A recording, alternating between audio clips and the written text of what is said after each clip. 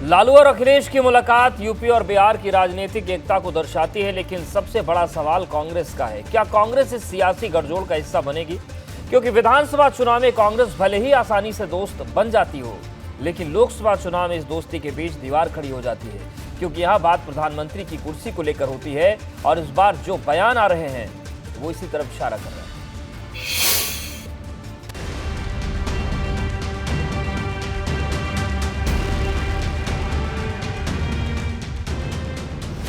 विपक्षी एकता को लेकर बातें तो तमाम हो रही हैं, लेकिन सबसे बड़ा सवाल यह है कि क्या कांग्रेस इस विपक्षी एकता के केंद्र बिंदु में रहेगी या फिर क्षेत्रीय दल मिलकर कोई नया मोर्चा तैयार करेंगे। अपने सबसे बुरे दौर से गुजर रही कांग्रेस इन दिनों मजबूत सहारे की तलाश में है, लेकिन ये तलाश इस वजह से पूरी नहीं हो पा रही है क्योंकि पार्टी के नेता राहुल के सिवाय किसी को पीएम का चेहरा बनाने को तैयार नहीं। पार्टी का अध्यक्ष बनने के बाद मल्लिकार्जुन खड़गे ने 2024 को लेकर जो पहली मजबूत प्रतिक्रिया दी, उसमें भी राहुल गांधी को ही बतौर प्रधानमंत्री प्रत्याशी की तरह पेश किया गया। नॉन बीजेपी सरकार को लाएंगे, वो राहुल गांधी के नेतृत्व में, कांग्रेस के नेतृत्व में हम लाएंगे। ये हमारे पास उतनी ताकत है।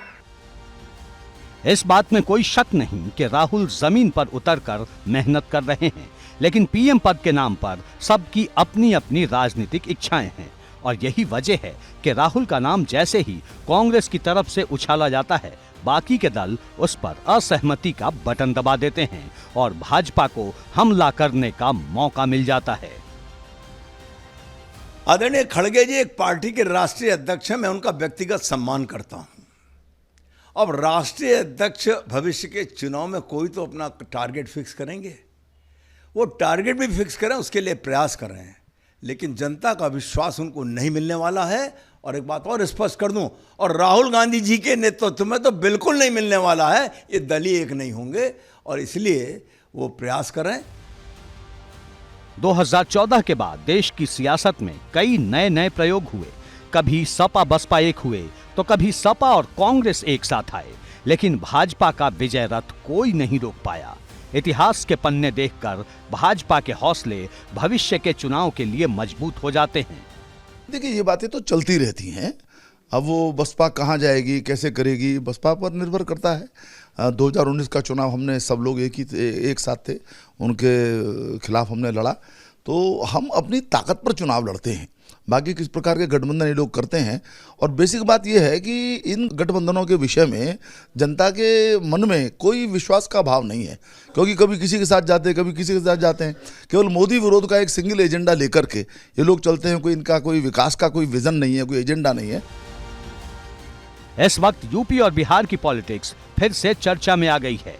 कभी नीतीश और अखिलेश की मुलाकात होती है तो कभी लालू के घर जाकर अखिलेश मुलाकात करते हैं, लेकिन सवाल घूमकर कांग्रेस के नए नवेले अध्यक्ष के बयान पर आ जाता है।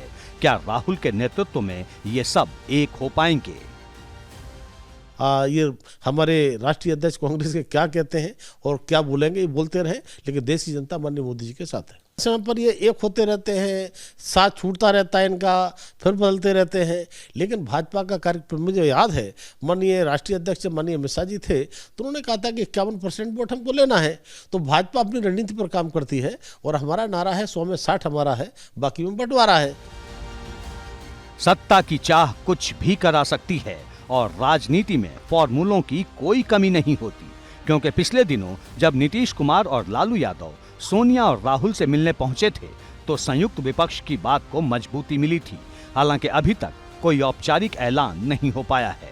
दूसरी तरफ बसपा के नेताओं की दिली इच्छा भी गठबंधन की है, लेकिन मायावती जब तक सहमति नहीं जताती तब तक अपनी इच्छा को दिल में ही दबा कर रखना होगा।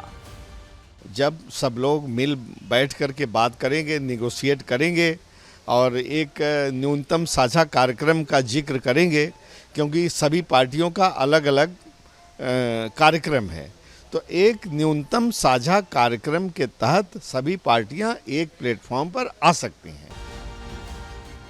ये बात करीब करीब हर दल कहता है कि भाजपा को अगर हराना है तो सबको साथ आना होगा।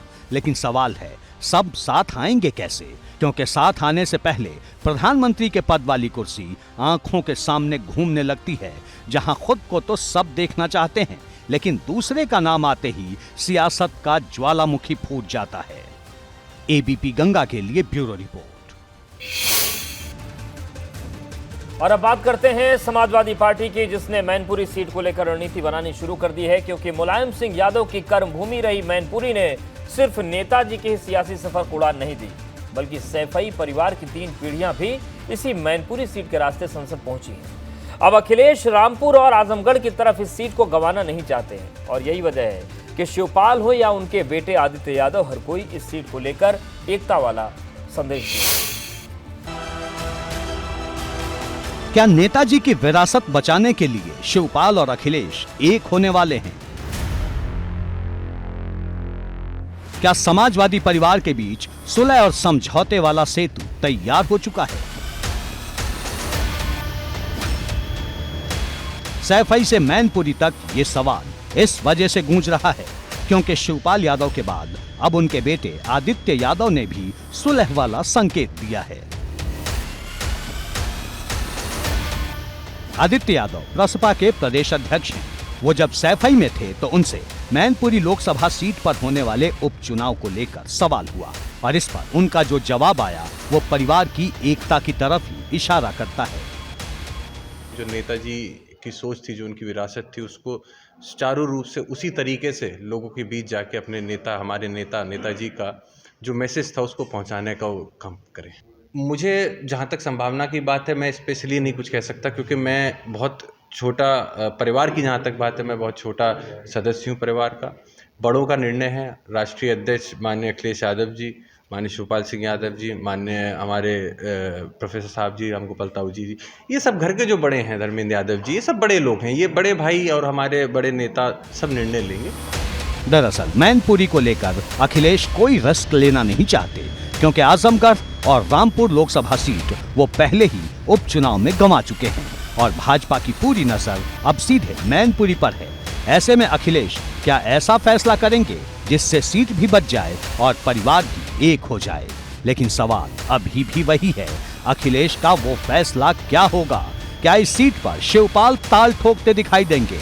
क्योंकि शिवपाल अपनी इच्छा भी जाहिर कर चुके हैं।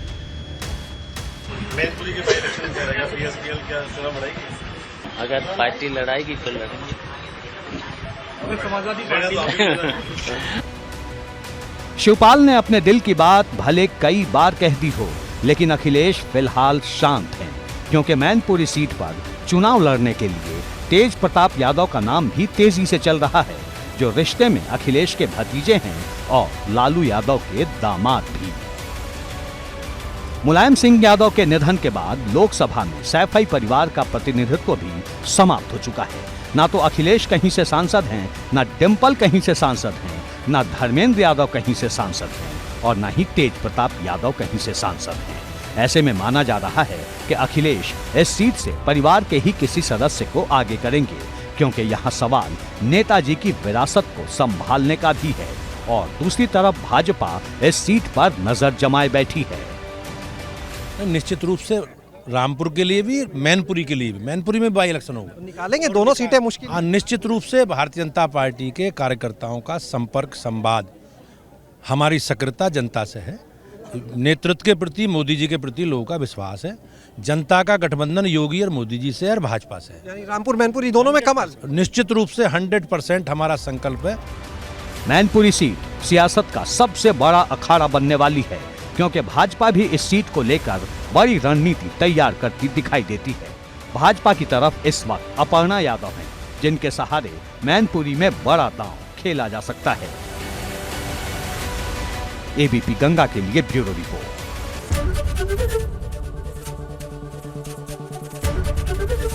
एबीपी गंगा, खबर आपकी, जुबान आपकी।